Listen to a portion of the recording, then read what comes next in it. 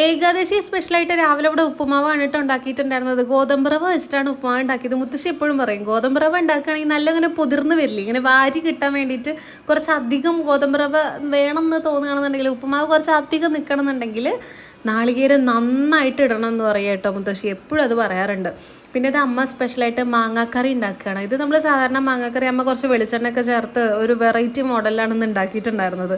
പിന്നെ ഇതാ നമ്മൾ ഇലയിലാണ് കേട്ടോ, ഏകാശി ആയതുകൊണ്ട് തന്നെ ഇലയിലാണ് നമ്മൾ രാവിലെ ഭക്ഷണമൊക്കെ കഴിക്കേണ്ടായിരുന്നത്. പിന്നെ ഉച്ചയ്ക്ക് പുഴുക്കാണ്, വൻപയറും ഒക്കെ ഇട്ട് ഇടിച്ചക്കയും ഒക്കെ ഇട്ടിട്ടുള്ള പുഴുക്കാണ് കേട്ടോ. നമ്മൾ എപ്പോഴും നമ്മൾ ഏകാശി ആകുമ്പോൾ പുഴുക്ക് തന്നെയാണ് കഴിക്കാറുള്ളത്. പിന്നെ ഇടിച്ചക്കയൊക്കെ ഇടുമായിരുന്നു കേട്ടോ ഇല്ലത്തുനിന്ന്.